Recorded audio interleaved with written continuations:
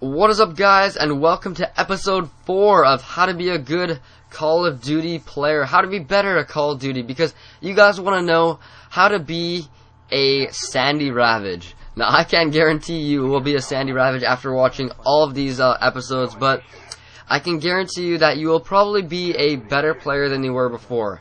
Unless you are already a 2KD player, I think you guys can improve from what I'm saying, hopefully. So, let's start off right away because I did not have a lot of time. So, starting off, try using a sensitivity over 4, okay? So, the reason why I say use a sensitivity over 4 is because naturally over time your thumbs will get used to a sensitivity of 4 or over. If you are on a 1, 2, or 3 sensitivity, I suggest bumping it up to 4, okay? 1 is absolutely atrocious. If you're on 1, maybe you came from Halo, I'm not sure. I started out on like 3, and I worked my way up. 1 is just absolutely horrible. If you're playing on 1, you have no sense of turning, you have no sense of control, precise accuracy, because let's just say there's someone on the very right of your screen, or maybe there's someone on your right shooting at you. You cannot turn on that person. It's an automatic death. Right now I'm playing the sensitivity of 9, and 9 is perfect for me. I've gotten used to it. I have control freaks, and they help me out quite a bit actually, but realistically, I don't know if control freaks really help you out all that much. They give you more area to cover on your control freaks, but in the end, I'm thinking that I've actually got so dependent on them that I literally cannot play on a controller without control freaks. So I need to bring all my little control freaks to everyone's house if I'm going over there. I'm going to play Xbox. But, like I said, if you really want to raise your sensitivity and you're not that high at all, what I did, I started out in World at War, and eventually, by Modern Warfare 2, I was on a steady 7 to 8 sensitivity.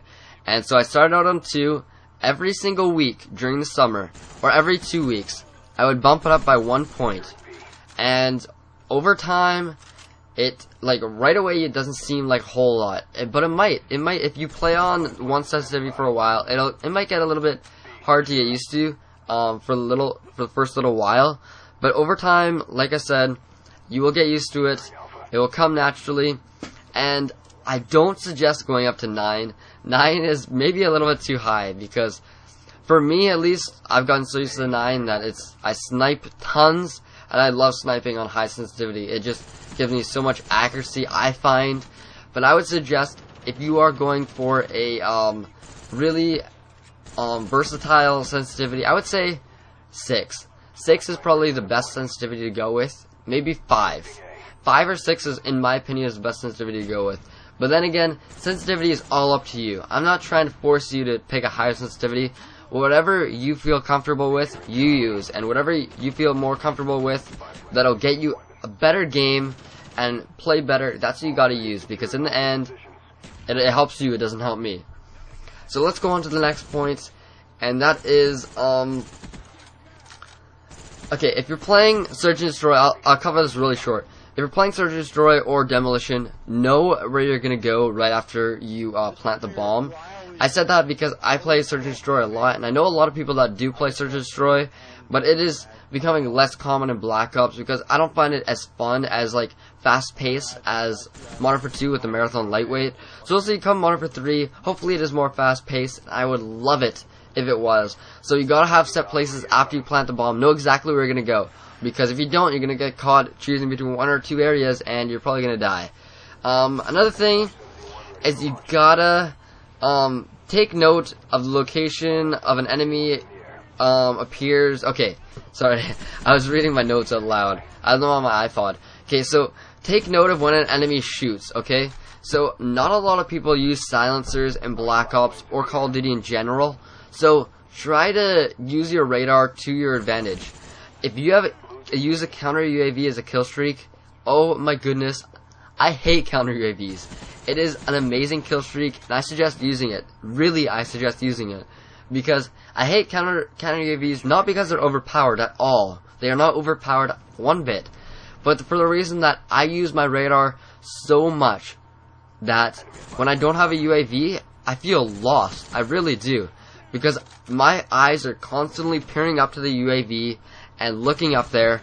So if you do not trust your kill streaks being at Blackbird, Chopper Gunner, maybe Dogs, I suggest maybe going for a UAV, counter UAV, maybe I'd say UAV, Blackbird, Chopper Gunner, or UAV attack helicopter, Blackbird.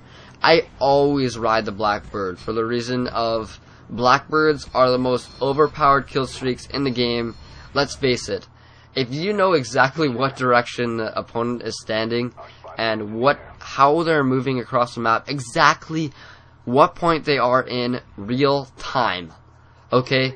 Sure, there's a counter with counter UAV, but how many people actually ride the counter UAV? It cannot be shot down by a Strela, or not a Strela, what's it even called in Black Ops? I haven't played in a week. FML, that's bad. But anyways, it cannot be shot down, and I think it's good that it can't be shot down because I worked hard for that Blackbird. But let's face it, Blackbird is probably the most overpowered kill streak. Moving on. Burst firing at medium to long range. Okay, I cannot emphasize this enough, people. I do not hold on to that trigger. I burst fire. Okay, short range, I will hold on to the trigger, but just watch the game. If you really feel like it, watch the game over, and watch me burst fire at medium to long range. Burst firing, I just kind of tap it. Did it really quick with my finger. Almost like I'm like semi-using a FAL or something, right? And just enough so I can control the, what's it called? Control the kick of the gun, and if you can control the kick, control the recoil, that's what I was looking for, the recoil. If you can control the recoil and hit all your shots, you will definitely win more gunfights. See, watch how I burst fire there. I did not get him because I didn't have enough guns, or not guns, didn't have enough ammo, but burst firing is so important. You notice that people that start out, they just hold on to the trigger and just go wild. Just go wild with their aim. And that is not the way to do it. You gotta burst fire and hit those bullets, because each bullet hitting is better than not having any bullets hit at all. So I think that almost wraps it up. I'm guessing maybe this might be the last episode or the next one. And if you guys came from Machinima, I'm probably going to be posting these on Machinima. And if you did, please come check out my channel. I would appreciate it so much. I've been working hard on my channel for a year, almost 2 years actually. I started in January of 2010. So we're moving our way close. I have 200 plus videos now, and it is amazing. All my subscribers on my channel are outstanding. I love each and every one of you guys, and I'm sorry for using the FAMAS straight out the gate. I know I'm gonna get dislikes and hate for this. I really know it, but I thought I'd use this game because, oh yeah, one other thing. If you really want to do really good, use the FAMAS.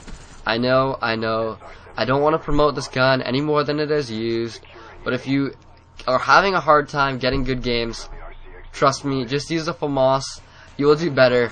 It is the most overpowered gun in the game. It has been patched, but not patched enough. So that about wraps it up. I hope you guys don't dislike this video just because I use the FAMAS, but if you did, okay, cool. A rating is a rating. If you guys could give this a rating, I would appreciate it so much. And I'm done, guys. I will catch you guys later. Peace. Oh, also, one more thing. Could you type in the comments what you want some more topics to be? I've been working on lots of topics, brainstorming, but I'm kind of running out of ideas. I did this little series because I thought this was an amazing idea to help you guys. And anyways, that is it. Put some topics that you'd like to see me discuss in the channel, or in the comments of this video, and I'll be looking through them. Anyways, that is it. I'll catch you guys later. Peace.